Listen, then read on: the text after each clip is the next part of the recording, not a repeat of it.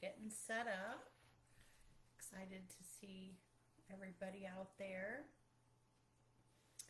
I am about 1 minute early, so just give people a little bit of time to log in if they're logging in for the live session, and then we will go from there.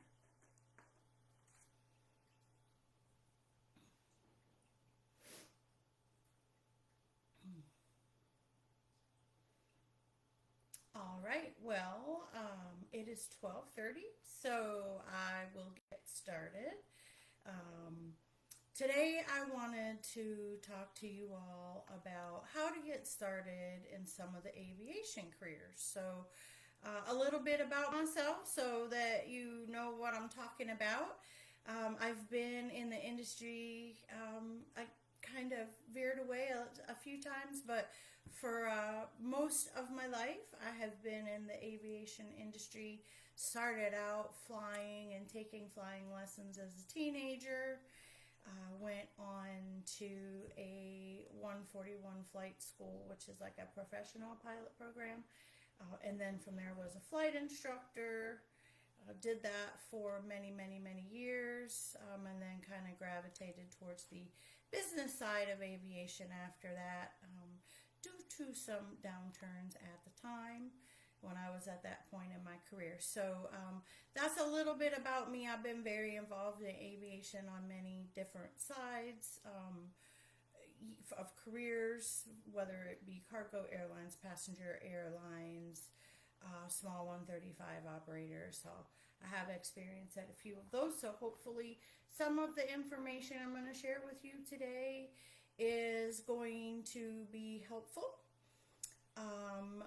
I want to just talk. I'm going to touch on just briefly, because I only scheduled this for an hour, but I can schedule some more to go more in depth. But today, I just wanted to touch briefly on these different careers that are available in aviation from an entry level standpoint. So, if there's anyone out there watching this that is interested in starting a career in aviation, this can kind of give you an idea of the different jobs, and these are just a few, and how you could get started in those roles. And there's even some, I'm going to talk about administrative roles that are available that you don't have to take any training, prior to getting the job. It's done on site, and it's a great way to get your foot in the door into aviation if you were interested in maybe some of these other positions. So let's go ahead and get started. My first position that I'd like to talk about, and I put it at the top because I feel like in today's market, this is the position that has the highest demand right now. So A&P technicians, which means airframe and power plant. So those are two different licenses, and I'll explain that a little bit. But basically, it's a maintenance technician for aircraft. And they are in high demand. I think there's a shortage. So many, many, many companies looking to hire these technicians. I think there's just a shortage out there right now. So great career. It does take some going to school. So I want to talk about that and kind of give you an idea how much training costs, how long it takes, and those kind of things. So if you're watching this and you're thinking about planning an aviation career, hopefully this will help you a little bit. So to be an A&P technician, there's a couple ways that you can go about it. You can strictly just go to the technical school and just get your licensure, your FAA licensure to work on aircraft. Or you can combine that with a degree program and come out of there with a 2 or 4 year degree, I guess whatever you choose, but then also that being your trade in addition to having a degree. I will say that having a degree or not having a degree, you don't have to have a college degree to get most jobs. So that's not necessary. The degree is going to add extra cost for you and extra time. So it just depends on what you're looking to do. So the cost of a course can cost anywhere from approximately $20,000 to $60,000. And on the lower end, you're looking at more of the just technical trade schools, which is going to school to get the license. There isn't a college degree involved. And then the higher end of that range is where you're looking at attaching degrees onto that. I've even seen some programs out there that are less than 20,000. They're a bit under 20,000. I would just highly recommend to you, if you're going to go this route, go look at the school, look at the program, do some comparisons, because there is a little bit of you get what you pay for. If it's a difference of a $2,000 or $3,000 to go to a much better school, maybe that has just better equipment, what have you, a better program, then it's well worth it. Money well spent. But looking at the difference between 20,000 and 60,000, that's a lot. So that's a bigger decision. Typically, the program length is 12 to 18 months, unless it's a part of a degree program, and then it may be a bit longer for you to accomplish, all of your degree requirements. But a typical, straight up A&P technician program where you're just, you're doing you're focusing on the technical piece of it. You should be able to get that in 12 to 18 months. So pretty quick turnaround on, if you can commit a year to a year and a half, and then you can have a brand new career that's great. I'll tell you that the aviation industry is a great bunch of people. I've never worked with a better group of people as far as just people who love what they do. And it's always great to work around people who enjoy what they do, right? It's just a much better, fun work environment. So starting pay. So you've gone to A&P school, and you're, got your freshly minted license and you're ready to go. And again, I talked about an A and a P license. Those are two kind of separate courses. You really have to have both to advance anywhere in your aviation career. But a lot of people will get their A, which is their airframe license, like take the tests and do that part. And at that point they are employable, and then they can finish up their power plant, which I have been told is a bit more challenging course, a bit more involved. So usually they add that one on as the second one. Some people go for the hard one first, but most typically I see people get their airframe license and then they'll try to go get a job and then finish up their power plant. There's a lot of different ways to do things. There's also programs where work experience can be in lieu of going to the A&P program. So you can work underneath, at a facility, at a maintenance facility, and with 3 years of work experience. And that means, there's going to be a list of things that you have to be signed off on by your instructor, or the person signing you off, that you've accomplished all the required tasks to receive the license. But you can actually do this without going to school. You can actually, there are facilities out there that do have jobs that bring in, sometimes people straight out of high school, and they get 3 years of working experience. They get signed off on all the things they need to be signed off on, and then they go and they take their tests and they get their license. So if maybe you're someone who can't commit to taking a year off work to go get this license, that could be an option for you as well. Like, you start out as, a lot of people call them like apprentice, right? And then you learn, and a lot of people might like that method better because, you're actually working. I find that people that gravitate towards this trade are people who like to work on things. They're very hands-on people and they like to work on things. So it's more fun to go that route probably than to, um, be sitting in a classroom for that personality type, I imagine. So there's a couple ways you can go about getting this license. There are many great schools in the country.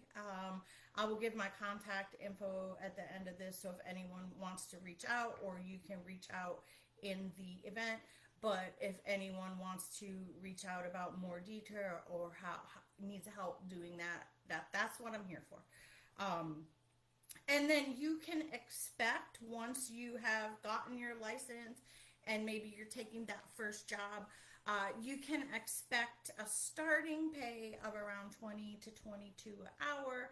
Some jobs have little extras like per diem, like if you're a traveling mechanic, that might be a little bit on top of that. But I would expect your first year, you're probably not going to be above $25 an hour. And then it goes from there, right? As you gain more experience, then you're going to become maybe a lead, and then on up from there.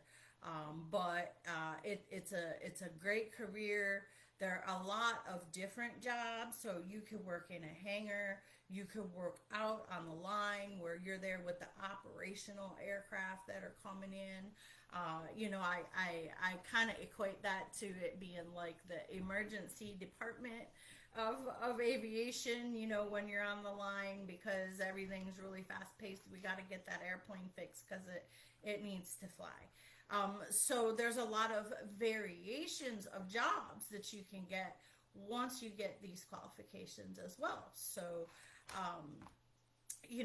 there's not just one type of work, and I think that's what's great about aviation is once you have a skill set, there's a lot of different qualities of life that you're able to achieve depending on what you're looking for. If you like to travel, there are travel mechanic jobs. So don't think that just because you're in a mechanic position, you're not going to get to travel anywhere. There are jobs for that. So I'm gonna wrap up the A&P technician piece right there before we move on to the next job, which will be flight dispatcher. But again, if you have any questions or anything about A&P, put it in the chat or in the comments on the event, and then I'll reach out to you and we can talk some more. Flight dispatcher. So that's another career, and it's a great career, especially if you're interested in flying. I've sometimes seen people who don't meet the maybe health or physical qualifications to fly, and they'll do this job. You're basically, as a flight dispatcher, you're doing most of the tasks that a pilot does, except for the actual flying of the aircraft. So, you are going to learn about weather and flight planning and navigation and all of those fun subjects. You are basically kind of the liaison for the pilots on the ground. They rely on the flight dispatchers a lot for their trips, for real-time weather when they're flying, if things start deteriorating. So there's a multitude of things that the flight dispatchers do for an airline and for the pilots in the air. They have a lot to do, with the planning pieces. So if you like to plan, you like all the moving pieces, and you've really got a brain for that, because it is a special skill set. I think that this would be a great opportunity for flight dispatchers. So this position, I would say, does not travel. So if you're looking for a travel position in aviation, this is not the job. Typically, you're going to be working in pretty dark. A lot of the dispatch centers are dark, because everything's on your computer screen usually. A lot of times you're doing a lot of communication, you're doing a lot of talking, a lot of planning, a lot of tracking aircraft, those kind of things. So if you're kind of more I kind of think of flight dispatch more kind of a logistic side of things, but with the aircraft that are flying in the air. So, you have like ground logistics. This is kind of like a little bit of like air logistics if you want to think about it that way.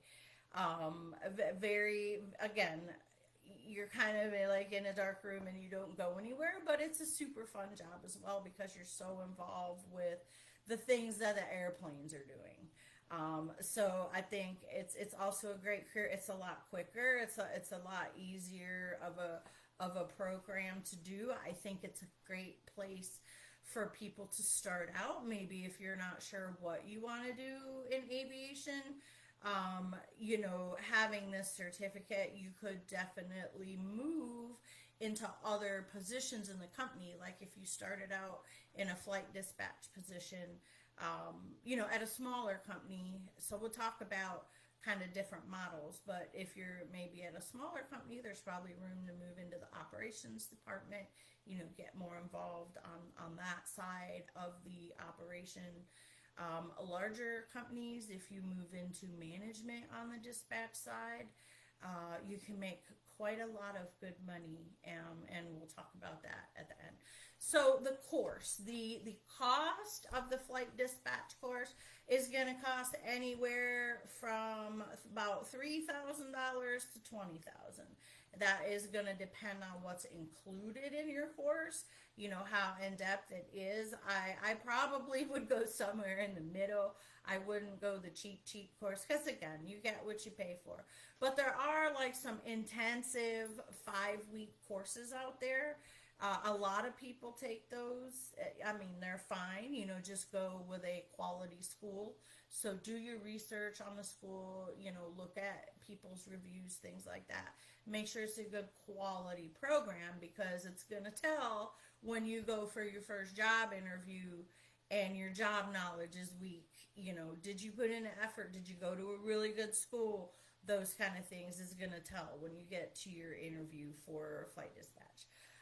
So like I said, the course can vary anywhere from about $3,000 to $20,000. So watch out for those cheap courses, right? Because sometimes a lot of things aren't included, and you're going to end up being around, 6-8K anyways because of the things that aren't included, like exam fees and testing fees. An exam, I mean, like there's an exam with the FAA where you have to demonstrate competency, right? So there's written tests, there's like an actual, test that you're going to do with the FAA to demonstrate proficiency. And once you do that, you get your FAA dispatch certificate and you're good to go.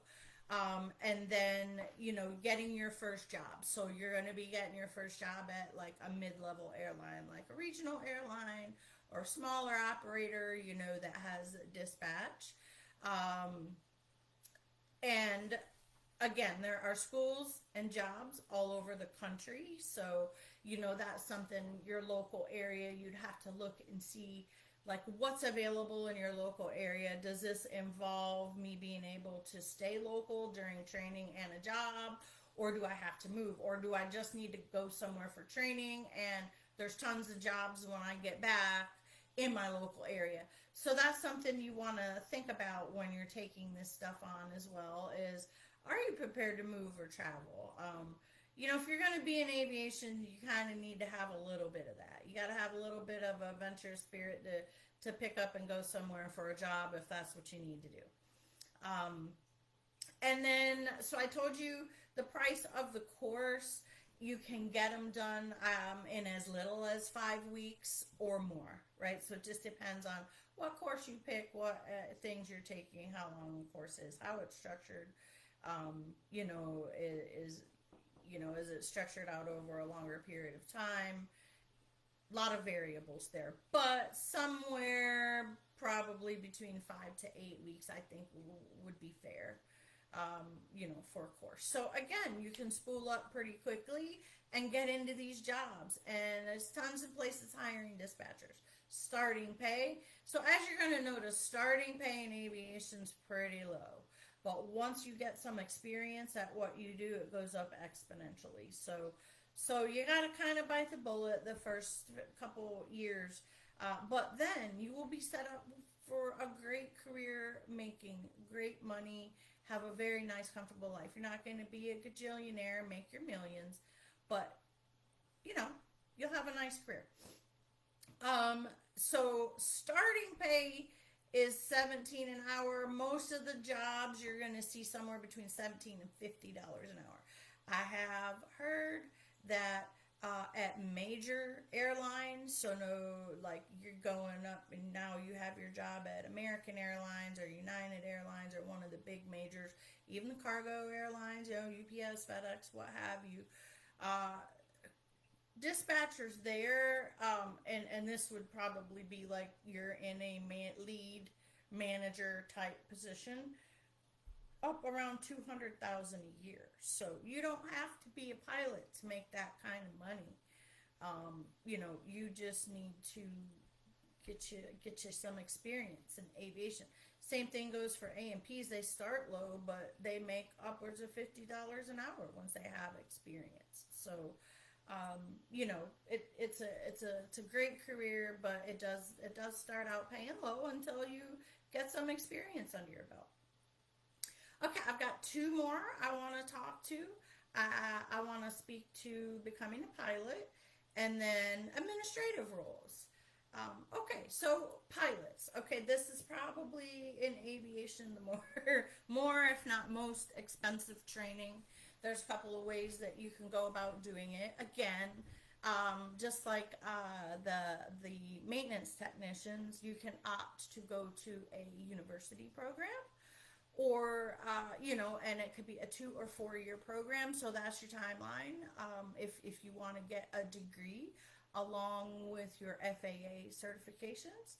If you don't, you can go to a professional pilot program, you know, just doing the flying part and get done in about a year. If you dedicate to this full time, you should be able to get done in a year.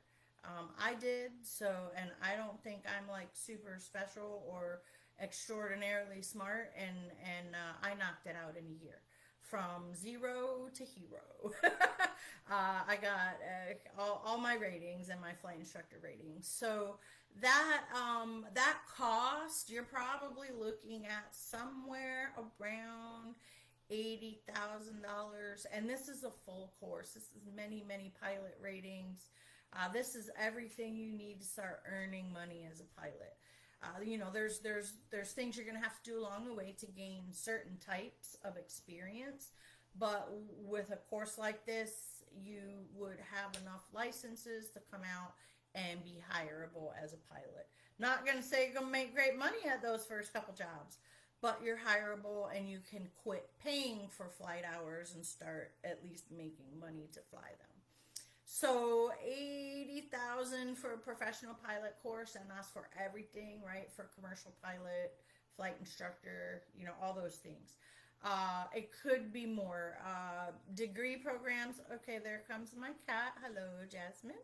She likes to make appearances in my videos. She thinks she's a movie star. Anyways, the price can be exponentially higher at aviation universities because you're adding a degree. So it's like you're paying for flying and you're paying for a college degree. So that price can be up over 100,000. But the good news is recently, just within the last year or two, a lot of the major airlines, and when I say major airlines, I'm talking about the major carriers, right? The ones everyone is familiar with their names. United, American, you know, Southwest, JetBlue, all the big carriers. Those are passenger, and then you have UPS and FedEx and ATI. You have a bunch of airlines on the cargo side as well. But most of those carriers are not requiring a degree anymore. They used to require a 4-year degree. So getting an aviation degree along with your pilot training is gonna increase your costs exponentially. So that's a decision you need to make, whether you feel like you need the degree or not. The trend lately is going towards that they will accept experience in lieu of a degree. So don't think you're just going to rush right to those jobs that used to require a degree. They're going to want to see some experience that you have flown in lieu of that. But you do not have to get a degree, where it used to be if you were going major passenger airline, you had to have a degree. Um, Hence why I didn't do that. um, and like I said, about a year to complete. So, not that long. Again, in a year, and you can be plugged into a new career. So that's about how long it takes. Now, I will say, 80K plus to throw around for flight lessons, a lot of people don't have, right? So a lot of people still do go via the degree program, because it's easier to get money, loans to fly and for degrees than it is if you just go to a straight up flight school. It's a little bit harder to get funding. So a lot of people still do the degree program just because they can get a loan. They don't have to throw down that kind of money. So once you get all your ratings, you're now hireable and marketable as a pilot. I just want to say the market goes up and down. So I think there will always be tons of pilot jobs out there. It's great. Unless we start at some point going to full automation on aircraft. But I don't I don't know if I'll see that in my lifetime where everything is like that. But if you say, oh, well, the market's really bad right now, well, by the time you get your licenses and are ready, that's going to have completely turned around. It goes up, it goes down, but it usually doesn't last long. That's the good thing. And then for starting pay, so for pilots, so if this is you and you're just finished up, you just came out of your pilot training, you have your licenses, you're brand new, you're probably going to look at jobs starting at around 60,000, and that depends. Are you, when you have low time, you only have a few options. So most of those jobs are around that price range, around 60, 65 and up. And this is per year, right? 65,000 per year. You will see that. So you're like, gosh, Hillary, I just spent $100,000 on my pilot training to get a $60,000 a year job. Yes, but in 5 years, in fact, in 3 years of that time frame, you probably will have close to doubled that pay. So I don't think that's that bad, to tell you the truth. Captains are typically make, you're going to come in probably as a first officer or a captain of a small airplane, which is going to put you at that price point. Once you upgrade to captain, which should take you about a year and a half to two, then you're up around the 80,000 plus range. If you make this a long career and you get to the major airlines as a pilot, you can get 250,000 a year is easy. Even corporate pilots make over 100,000 a year. Typically, they don't have a lot of quality of life. So that's something you're going to notice in the pilot world. The more money they pay you, the less quality of life you're going to have in that job. That's just how it goes. No, you're never home. You're on call. You have no life, but you're making some good money. So that's just kind of how it goes. There are a ton of different jobs out there, and I'll probably do a video about this at some point. But there are so many different types of pilot jobs. You don't have to just do passenger airline. There are many different options, a lot of different paths for pilots. I was one of those people that I saw the passenger airline life, talked to multiple of those pilots, and decided that lifestyle was not for me. And never, and that, this was back in the early 2000s. It was hard to find out what else was out there. We didn't have the internet like we do today to know that there's so many different pilot jobs other than just flying passengers around. All kinds of exciting stuff. So if you love flying, to be a pilot, there's all kinds of jobs. You don't have to just fly people around. Okay. As you can tell, I might be passionate about the pilot stuff. The last topic I want to talk about are the administrative roles. So if you're like, gosh, that's a lot of money. I don't have the money right now to even start one of these schools. This is where I'm at in life. I'm trying to start out. There's another way to, as I would say, infiltrate aviation. And that's in looking at taking on administrative roles. These are a great way to get your foot in the door. And some companies will even help you pay for these other certifications once you're an employee. A lot of them have programs because anything you take that's aviation is going to help you in your job if you're working in aviation. Because all that knowledge is all just kind of related. Especially kind of when you work in a role that touches different roles, right? Like an administrative role or office role, something like that. So what kind of administrative roles are there? And I'm going to say these are entry level. So if you are a fairly skilled administrative type person, then you should have no problem interviewing and getting these jobs without having an aviation background. Okay, so when you see these roles, if you're interested in aviation, apply. You'd be surprised how fun. I've seen so many people change careers from something that they were doing to aviation and watch them grow and just seeing how much they love aviation, how fun it is, and watching these people learn about aviation, right? So you have a skill set. Now, the only thing in these administrative roles that you have to learn is the aviation stuff.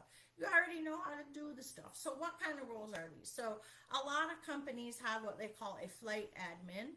Typically, this is a person who assists the flight department, kind of like an assistant or an administrative assistant, right?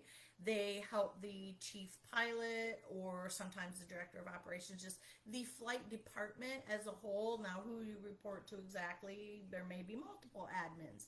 But basically, they help with a lot of the administrative work in that department. And it's great because you get to learn so much from the people that you're working with. And it would be a great way to then, launch into something else in the company.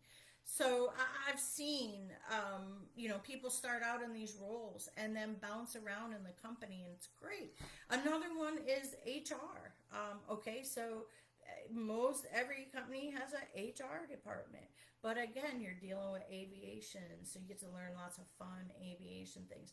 You're going to learn aviation speak, even if you're working in HR. So there's HR, there's accounting. So I talked about there's a flight administration.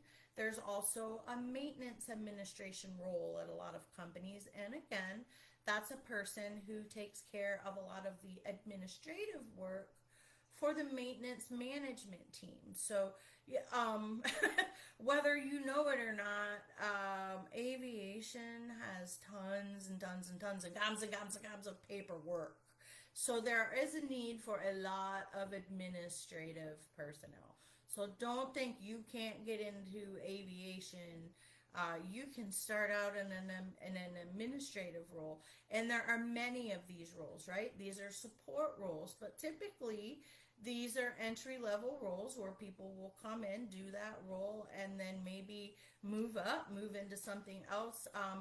And again, the flight admin, there's flight training departments at airlines, and they need administrative personnel. There is safety departments at airlines. They need administrative personnel. So as you can see, think of it this way. If you're looking at an administrative role, an airline typically has most department everyone else does, right? Every other company, HR, accounting, and then you have your unique departments: flight, maintenance, operations, safety. But the structure is just like any other company, and all those departments need administrative personnel.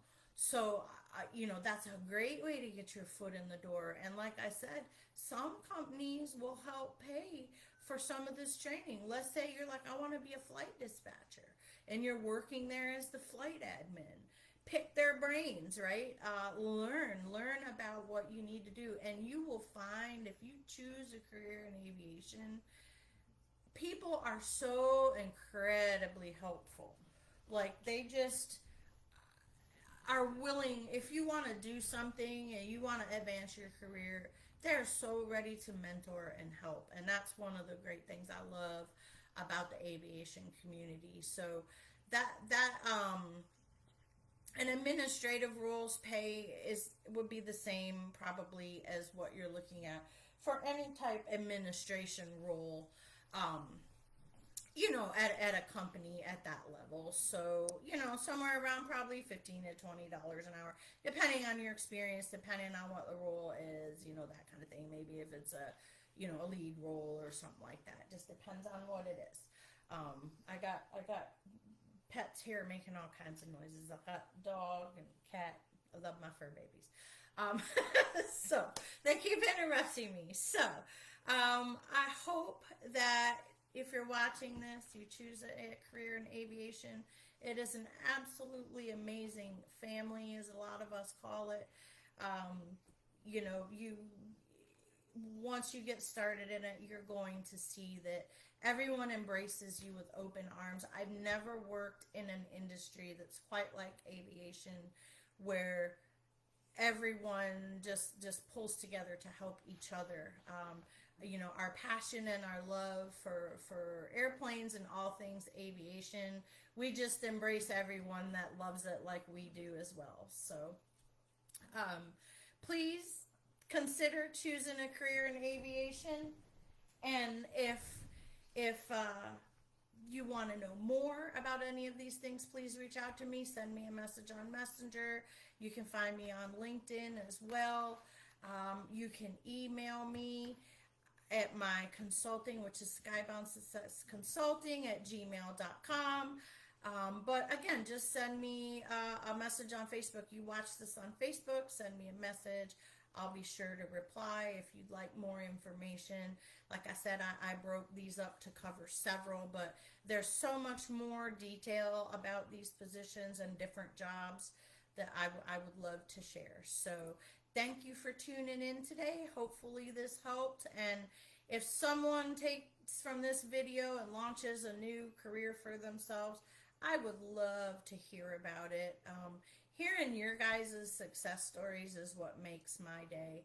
Knowing that someone is out there being successful, and maybe something I said to them helped them along the way is really my reward.